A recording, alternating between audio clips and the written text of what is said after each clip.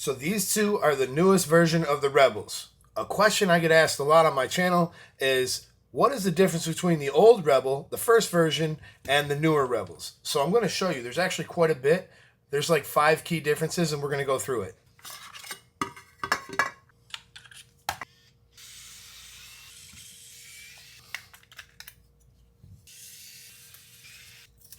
This is just a motor cover. We'll take this off.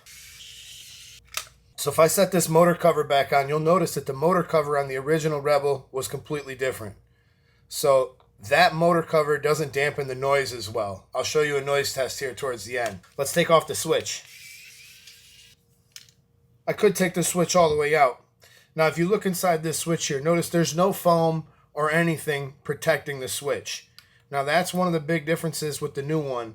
If you get any hair inside of these contacts, there are certain machines that will not turn on anymore. So if you're having problems with your switch, you can replace it, or you can take this apart, clean this all out like I just did. Next, we want to put this back together. So what we want to do is we want to make sure that this brass piece, the tab is facing this way. Then we're going to slide these two together, and you're going to thread it down right there. Now don't lose your little ball bearing. This ball bearing just seats in between these two. So if you look at this ball bearing real quick, it will pop out sometimes. So we'll take the ball bearing, pop it back in there, make sure the switch is facing this way, thread it through the contact. Once we got that all the way seated down, that clicks on, clicks off. So you see how it works now. Okay, so on the new one, if I pop off this little cover, you're going to see that there's a little piece of foam here. Now, I've been using this one for a while, and you can see how effective that foam is at keeping the hair out. The old one does not have that piece of foam in there. This little screwdriver makes it so much easier, y'all. This is such a pain in the butt sometimes. Once we got that reinstalled, let's see if it turns on. Okay, we're good. I'm going to take off the motor housing on the new clipper. Okay, second major difference is just these motor housings. This one has holes in it, this one doesn't. So this one's going to let the clipper be louder, whereas this one's going to dampen the noise a little better. Third, the motors. Completely different motors. Now if we look at the top, you're going to notice that the old motor has holes in the top. If any oil gets in one of these holes, this motor in all likelihood will fail. So if we look at the new one, there is tiny little holes at the top that are much less likely to get any oil in them. This is one of the reasons why we tell you guys to put your clipper upside down after you oil it, because we do not want any oil or water or anything getting into that motor. That could ruin the motor. All right, the next differences reside under the blade. So this is the new one, and automatically you can recognize a new one from an old one by seeing a green cam follower. This is the old one. And notice that the cam follower is black. Your cam follower being green does a couple of different things. One, it dampens the noise because it fits a lot better. Two, on the bottom part of this cam follower, there's actually a better runner. So if I pop this out right here, underneath the cam follower, there's a big channel here. What this channel does is it kicks out hair from side to side, and it stops the hair from clogging up in the machine. Now this machine's been under some pretty heavy use lately, and it really doesn't have hardly any hair inside of it comparatively. So we'll take this off, pop this cam follower out. Wow, that one went flying across the room. My spring came out. If I put these side by side, the channel on the old ones, much more narrow. So a lot less hair was able to kick out on the old one than on the new one. So we'll take off the old lever, slide off the old housing, and you're going to notice something. This is a really, really big one, y'all. The lever is attached to some plastic threads, which means that if you over tighten this, you will ruin this, and you will not be able to use this housing anymore. You could have a whole perfectly good clipper internally and ruin your lever.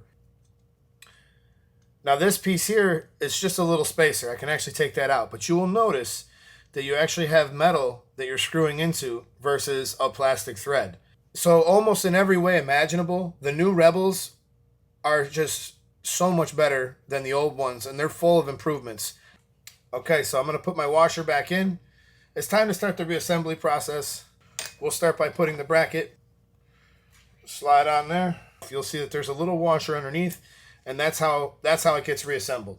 So when you take off your lever, I want you to also pay attention. This could fall out. So here's your spring. If you want to continue to have your clicks, put your spring in there, and then you have your little dowel pin.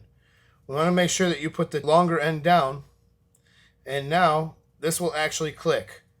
So when we put this back on, we want to make sure that that lever lines up, that tab lines up, and then once I got it right, I'll kind of hold it with this hand, and this is where having that electric screwdriver can help an awful lot.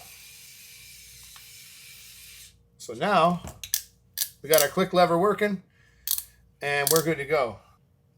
So as you can see, that's how that sits down in there. These parts sit this way, that sits that way.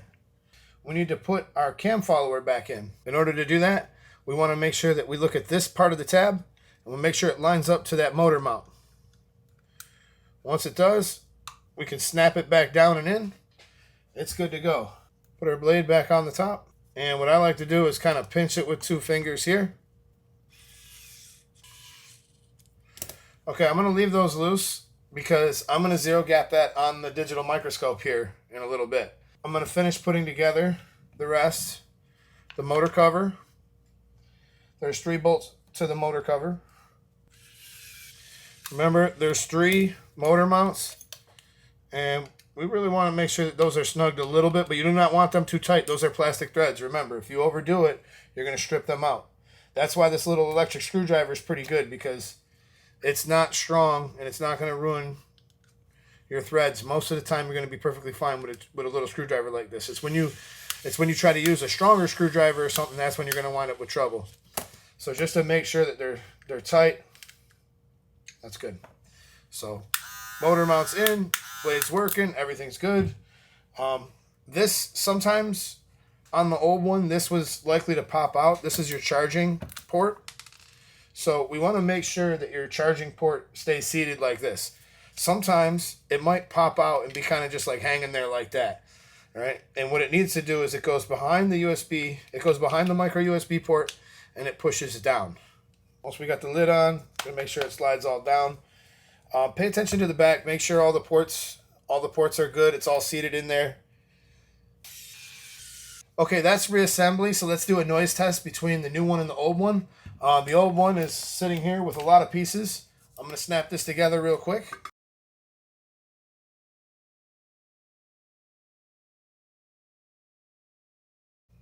Old Rebel.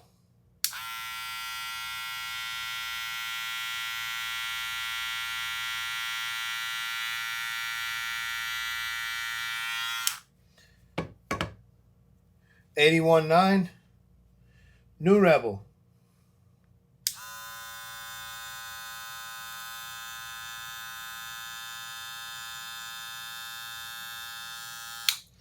$72.5. So all the improvements they made on the newer Rebels make them much quieter and a lot more bulletproof. So if you don't have a newer Rebel, you might want to pick one up.